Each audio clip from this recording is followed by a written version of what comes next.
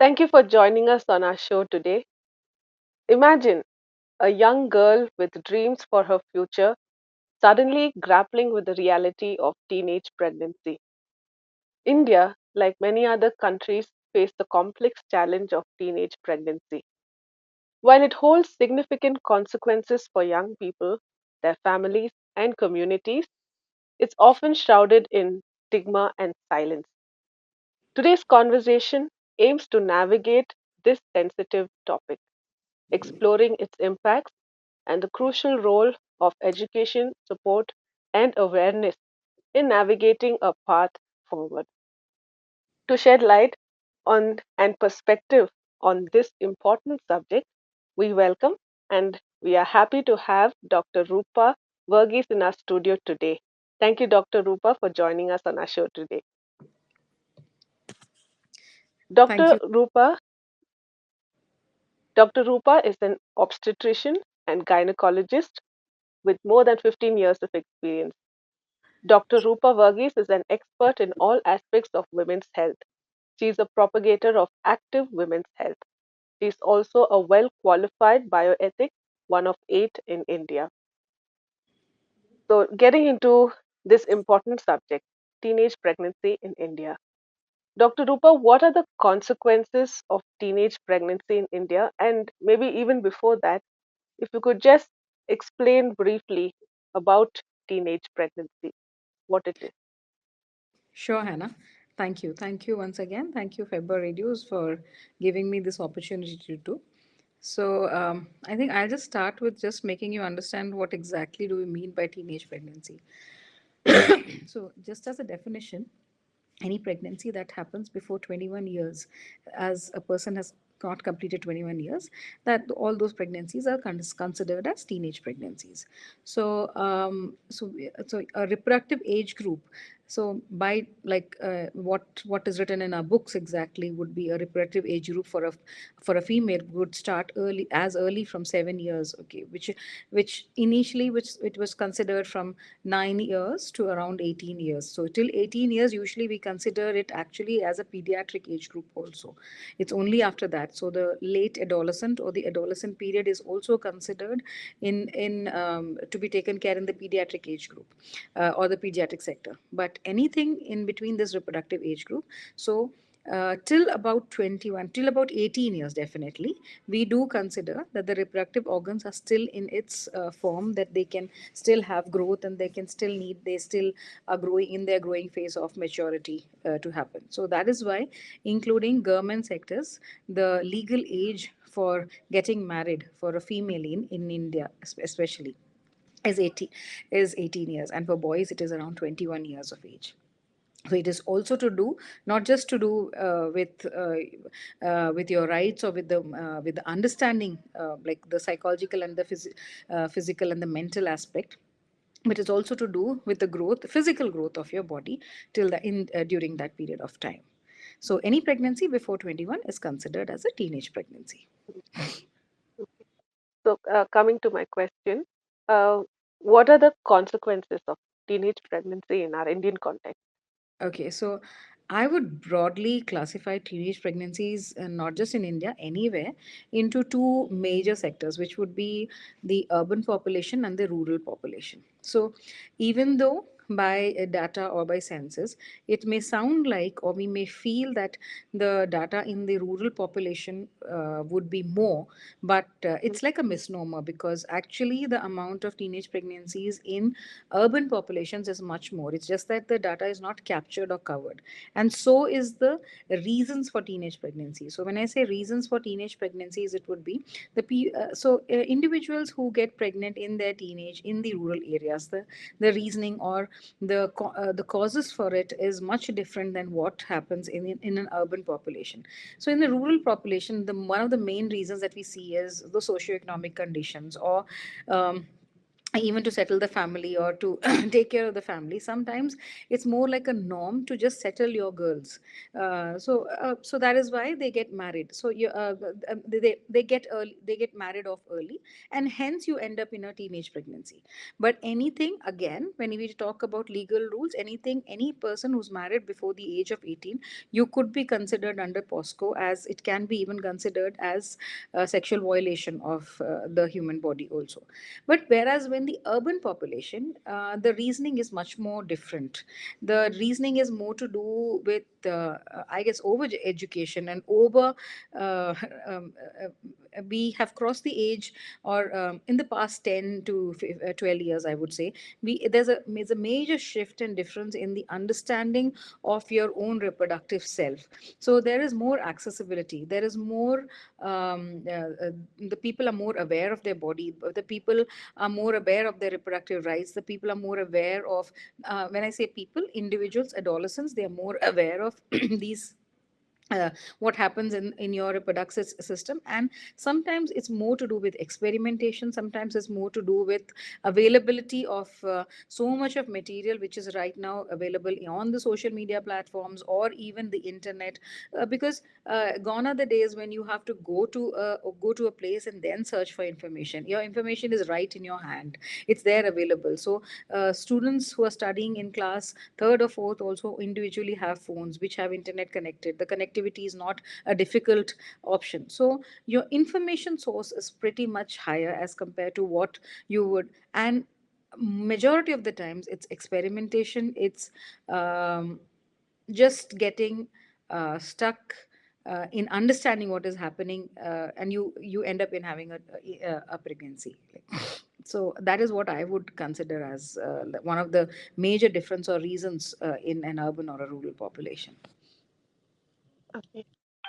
So individuals, when you say adolescents, so when they get pregnant, so what is the impact first individually, then with their families, and then community or society? Yeah. So I would start with the individual first. So, uh, when we make rules or when we make definitions, there are certain reasons for which these rules or definitions are made. So, if I am saying that an individual is, it should, that a teenage pregnancy is a liability, or teenage pregnancy, if there is a problem in this individual or at this teenage to get pregnant. So, the changes which happen in a human body during the adolescent period, whether it is a boy or a girl, the changes are definitely, it has to go through a series, the body has to go through a series of changes before the body kind of becomes aware and well versed with the fact. And it's to do just not just physically but mentally and emotionally also, the stability of of any individual or a human being. So when I talk about an individual who gets pregnant, irrespective of the fact whether they are married or unmarried, the first thing is sometimes they're just not ready for it. So let's say if the person is married, the person may have got married due to certain circumstances, but the person may not be physically or mentally ready to take the challenge of the pregnancy. So when you're not mentally ready, you can't cope up with the problems which happen in pregnancy. If your body is not physically ready, you end up in having so many other multiple problems physically itself. So that's for the individual. Now let's add another component called you are actually unmarried and then you end up in a problem like this. So in the other phase, the community and the other social aspects to it, you may have a supportive environment to say so. Okay, but when I talk about an unwed mother, a teenage unwed mother, the social and the community based interference, rather importance is much more, rather 100 times more as compared to an individual who may face this problem when after marriage, that for that sake. So the first one of the first problems that an individual has to face is the individual doesn't know what to do, because it's more like you have ended up in a problem. You really don't know what the problem is, you really don't know how to or where to go with the problem. You just ended up in a problem which it's almost difficult to even share with. So that's the first level, I would say, an individual would face when it's an unwed mother that we are talking about. Then you come into the community. So majority of the time this information is not at all taken in any well sense in any of the communities, how much ever educated or uneducated we may say about, but this information is really not. So that is why most of the times this information is hidden. So this information tends to be utilized, or people go forward utilizing their own knowledge in and their own their own means to solve the problem either. So then going forward into what the problems are. So the problems is, first is you need to really know whether you're pregnant. So the easiest step to do it is to understand on its own. And in today's world, it's not at all difficult to even find out whether you're pregnant, because you don't really even have to go to a hospital. You just can go to any Mhm. supermarket, pick up a pregnancy test, a strip, and get yourself checked whether you're pregnant or not. So that means there is no third person even involved in it. It's only you and yourself who's doing the diagnosis for yourself. Once you know and you have confirmed that that is there, unless you have a community, unless you have an individual, unless you have a person to fall back into to understand what and where your situation is, most of the times the decisions are then how to get rid of this pregnancy. No, if you take 100 cases, 80 of them would be least bothered to understand where this pregnancy is, whether this actually a pregnancy, is there a complication in this pregnancy. The only thing they would be bothered about is, I need to finish this pregnancy. There's nothing, there is no other thought process beyond that. And they would go to any extent without a third person knowing to finish this pregnancy. So that is what the community or the involvement of the community would come into, or involvement of the community would be there for. um, yeah, and then obviously the consequences that follow Yeah. these decisions. Yeah. So, what are the main underlying factors that contribute to such decisions? I know you've mentioned a little bit about the, but as an individual, when an adolescent is in that phase, what is the underlying factors that contribute? Yeah. So I would try to make you explain to this by giving an example. It's a real life example and something which I faced on my own. So if you're randomly sitting in your outpatient department trying to see patients, and then the person who comes in front of you is asking you for an abortion. The person is very well aware of the fact that the person is pregnant. The person is an unwed human being, and it's she's in her teenage, and she's also aware of the fact how she's got pregnant. This is not the first time that the person has got pregnant. This is like one of the third or fourth time this person is getting pregnant.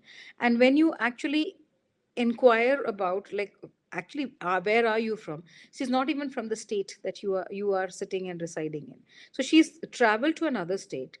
So she's taken the opportunity of utilizing or making a fool of the system of her parents or individuals or whoever she can bank upon, come to a different place or a society where nobody recognizes her or nobody knows her, and is trying to get rid of this pregnancy, very well aware of the fact that she's very alone, and she's not she's she actually doesn't know what to do, but she's come to a hospital just asking for help.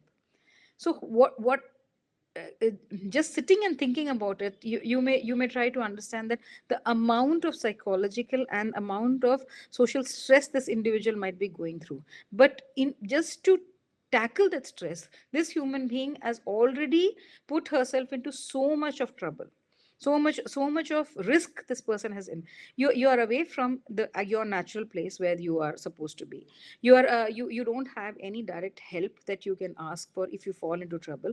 Let's say you end up having just a bleeding, and the bleeding cannot be controlled. Who is the next person that you are going to depend upon? But without thinking about the consequences, you jump and try to take decision, and the decisions is, I want to finish this pregnancy, that's all. So because that's the problem that's looked as a problem in front of you, and you just want to get rid of it without thinking of the fact that there is another human being which is growing inside. Okay, and there is a definitely a right this human being has, and there is no fault of this human being to have been brought into this world without uh, like without its consent. And again, without any consent, we are actually trying to take the life of this human being also. So one of the consequences is a lot of mental and psychological stress. So you may think that the physical component of getting this problem or getting rid of this problem might be just temporarily, but it is not, because most of the physical components are alongside the psychological and a lot of psychiatric components, which may get triggered at a later on at a later point also in life. And sometimes it leads to so much of confusion or so much of problems in life that later on in life they really have a difficulty even in accepting, or like once you're settled in life and you really want to conceive, you may not be able to do that either. You're just not physically or mentally ready for it either. So it's not just the physical component, but it's also a lot to do with psychological. Rather, I'll say it's more to do with psychological components. I'll just deviate a little bit, maybe. Yeah. When we talk about teenage pregnancies, what are the complications, like physically, can Yeah. a young girl go through? Okay, Uh, so teenage pregnancy, one of the major complications is your reproductive organs are not yet formed, fully formed. Okay, so your since your reproductive organs are not fully formed, okay, you can end up in just having this pregnancy being situated not inside the uterus. You may end up having an ectopic pregnancy. The meaning of an ectopic pregnancy is that your pregnancy is anywhere except for the uterus, so it can be in your tubes, in the ovaries, in the abdomen, any place. And the treatment for an ectopic pregnancy is not an abortion but a surgical intervention. In most of the times, it's very rarely that you can do a medical intervention and take care of it, but a very high most of it a high chance of having a surgical intervention and a complication. That's one of the complications that we are talking about. The second one would be anemia. Now your body does not have enough blood. When you undergo any procedure, whether it is an abortion, whether it is taking forward your pregnancy, or whether even it is like this ectopic pregnancy that I'm talking about, if your body doesn't have enough blood, you can easily go into having complications of this an acute blood loss. So something that your body can cover later on in life, it is not something your body is not really equipped for it at that moment of time. Then you can have various infections. You go into sepsis, because if the procedure or whatever way you are trying to get rid of this pregnancy is not done in a safe manner, you can even just end up in a septic form or just an infection, and which could start from a local area and go full fledged into your body. Like you can have a systemic infection with the whole thing and end up having a life threatening condition. Other complications would be, if it is not actually a pregnancy and it is actually a carcinomatous condition, which is it's rare, but it is definitely possible. So, or a molar pregnancy that we are talking about, where starts as a like to form like a pregnancy, but it is not. So the treatment, the way it is held, the way it is dealt, everything is it's different. And sometimes you've just somehow taken care of it, got rid of it, you've bled, and you think that everything is over, but it's not. Because these what I am talking about, all these need a longer follow up, a longer treatment, and a totally different treatment as compared to just a normal pregnancy that we are talking about. So these are just a few complications that I am talking about. Then there are complications with the medications that we give. So people, what they think that the over the counter medications that they can take, actually, first of all, it's a totally different topic altogether, but just for understanding, no one, even including the people who are legally allowed to go in for an abortion, they are not allowed to go in and just purchase this tablet over the counter. The rules of even our government, and in majority of the places, the rules are that if you feel that you are not and you are unable to carry a pregnancy, you would you would have to go to a proper practitioner, understand the fact, get yourself evaluated whether you're you're fine in all means, like example, whether your pregnancy is fine, whether it's actually inside the uterus, there is no other medical or physical complication that we are talking about. And it's after that that you decide whether you want to take forward the pregnancy or you don't want to take forward the pregnancy. And let's say you come to the decision that you don't want to take forward the pregnancy, so there has to be a proper counseling that this individual has to undergo, because the consequences, like I said, it's just not the physical things that we are talking about, but the consequences of this pregnancy, and later, even later on in life, because you may feel that you've just taken care of it at this moment of time, but you can even it's seen that even after 15 to 20 years of having this undergone a termination of pregnancy, you can have complications, you can end up in cancers, you can end up in a lot of psychiatric and emotional and stress disturbance wise, like all these problems you can end up in. So these are a few of the complications that I may say that we are facing. Then, of course, the complications of the tablets, etc., that we are talking about. Another question popped up in my mind. Now, is there a possibility of not conceiving later on in life? Let's say you get married, and Yes, very. due to termination of pregnancies before, is there a possibility that you may not get conceived later?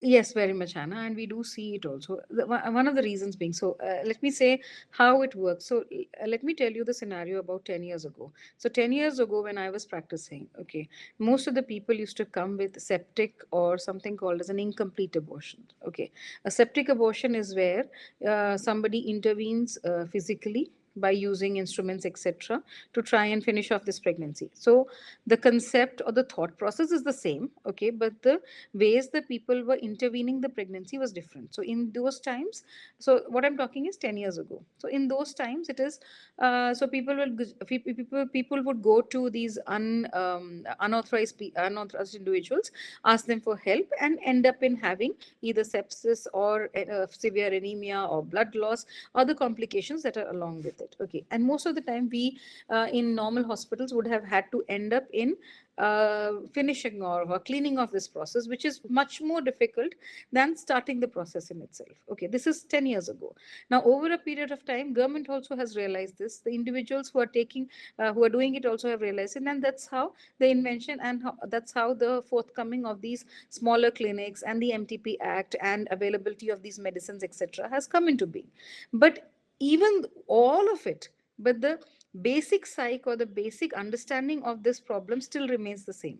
And that's why I said, so if you go by rules, okay, you need to have a counseling, you need to understand what you're going through, you need to have a informed consent before you undergo all these procedures. And the various facts, so now what you happens is people don't come to you with this complication, but people go over the counter, they even order online medications, okay, make fraud prescriptions, put it up. So there are people who prescribe these medicines without a prescription. There is half of India which does that. Okay, so it could be either the individual itself or the people who have been like for example, if it's just a boyfriend or somebody who's trying to do who's responsible for it, so the person will go and pick it over the counter and give it to the lady without really understanding the consequences of it. So you take in the medicine and you end up with half the pregnancy being taken out and half of it still being there. And then what do you do with it? You again will have to go to a person. So most of the time, again, you want to hide the condition because you are not going in for proper help. You're going in for a makeshift arrangement. So you end up with individuals who would just try to help out and take this remaining pregnancy which is there, which could be in a government or a private sector. Pay through your nose because it's an illegal thing that you're doing. Okay, so you're paying 4 to 5 times more than what is actually required. After doing all of that, if it's a person who's actually does not know how to do the procedure properly, you can just end up in messing around with the uterus, making it just impossible for the person to conceive ever again in life.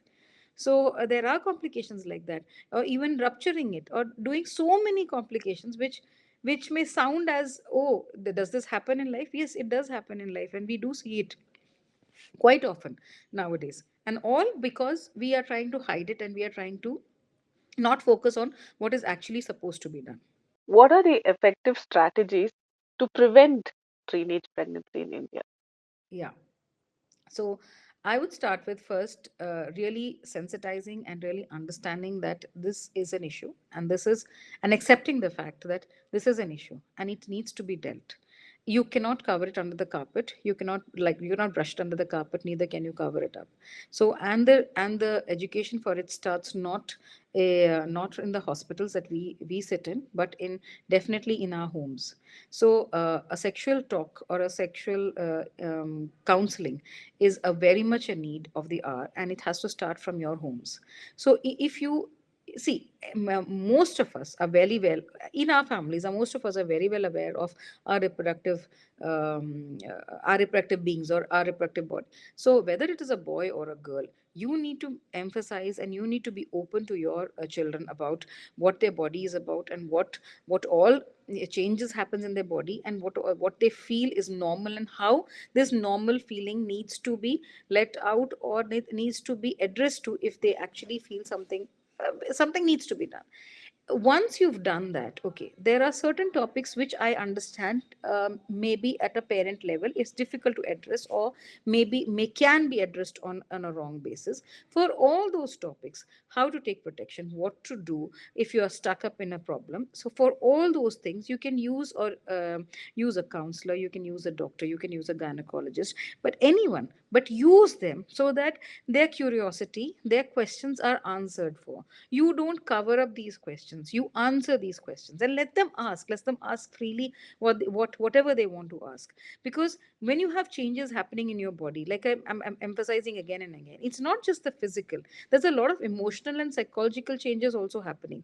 And to deal with this, people don't open up, people don't address it directly, so it is just always covered. And the very fact that I'm ashamed of answering these questions itself makes you even more vulnerable. So if you have a problem, where do you go to?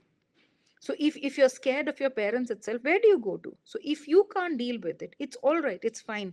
In a community, in your sector, in your place of work, have an individual who can help out your society, your children, to deal with it. So let's say if the individual gets pregnant, he should have a shoulder to rely on, he should have a shoulder to go to. So this individual may not be the parent directly, I understand. The parent might be upset, the parent might be angry, the parent might not be able to deal with it, but it can be anyone, it can be the parent's best friend who will help this person out during that situation, and not left alone to make their own decisions, which can be really lethal, or which can be really bad. So uh, first is education, second is sensitization, third is having a shoulder to fall on, and the fourth is not looking at it as a problem. So let's say you, whether you're married or unmarried, you've planned it or you're not planned it, you're pregnant. So answer to it is not getting rid of the pregnancy, because unless you sensitize human beings with the fact that a 1 day old conceived child, or a 1 month old, or a 1 year old baby, when you see it alive, it's a human being, it's a life. Okay. And that life also has rights, that life also has it's uh, like it also wants to live, only if you let it live. So let's say your one wrong decision or one moment made you become pregnant, but that one moment should not force you into taking a decision that this life is not worth living, this life needs to be thrown off. So there are so many millions of human beings in this world who, even after wanting, cannot conceive, even after wanting, cannot have a child. So this child could be a source to those individuals, what only if you show them the route to do it. So sometimes you are actually not ready to throw it off, but you don't know what to do with it. But so there are centers, there are human beings who will help you out, who will handhold this whole event for you, who have their societies and who have their homes open to just take care of you dealing with this entire process. So unless you know about them, you can never go to them. So the main problem, so one of the main aspects is to understand that such things exist, and it's not what I'm talking is not about something in America or England that is happening. In India, it's very much available, and we need to be aware of the fact that there are human beings who are sensitized very much into pro-life and support human beings and support these kind of lives. So that's definitely a different option. So when you don't go into Just cutting off the pregnancy, when you just don't go running into just stopping the pregnancy, there are so many other means to take care of this pregnancy. But yes, it has, sometimes it comes into the limelight, sometimes it comes into being an um, um, you uh, you will have to take that one step forward just to help that individual out. Thank you so much, Doctor. We have come to the end of this show, but I think there's a lot more to talk about Sure. and have a conversation about. Because recently I saw statistics on this subject, and it took me aback that there is so much happening in and around us, and we need to be aware of what's happening around us. So, as we conclude this conversation, any final thoughts, Doctor, to maybe a young girl listening and going through the same thing, and to the parents? Don't, yeah, I guess one simple thing that I would want to leave behind is never be in a haste to just take a decision and finish it off. Yes, I understand certain situations, certain emotional problems, or certain times you may end up in a situation which is not very comfortable, which looks like absolutely wrong situation in the world, but it's not the end of the world. Most of these problems have a solution. Only thing is you have to reach the right person. And just taking a decision in haste and throwing it off and just going about it is never an answer. You can sit over it, you can think over it, and you can take an informed decision of whatever be your decision. But take your time and go to individuals who actually are aware of the fact that there are options available. And maybe your one moment or your one emotional moment may be a life for a different individual. So that's something to think about, I guess. So which is different, which is not what the world is going to tell you, but it's something to think about, I guess. Thank you so much, Dr. Rupa, for shedding light on this important topic. And let's keep the conversation going on, because teenage pregnancy is more than just statistics. It's the life of an individual, a person, and it's the life of stories, societal pressures, complex realities. But let's take a step together to ensure that every adolescent and every child gets the opportunity to build a future together. So Yes. if you are listening to this program and you need help, you can reach out to us. Our number is 6364252164. So stay tuned to our programs. Keep listening, stay tuned, and God bless you.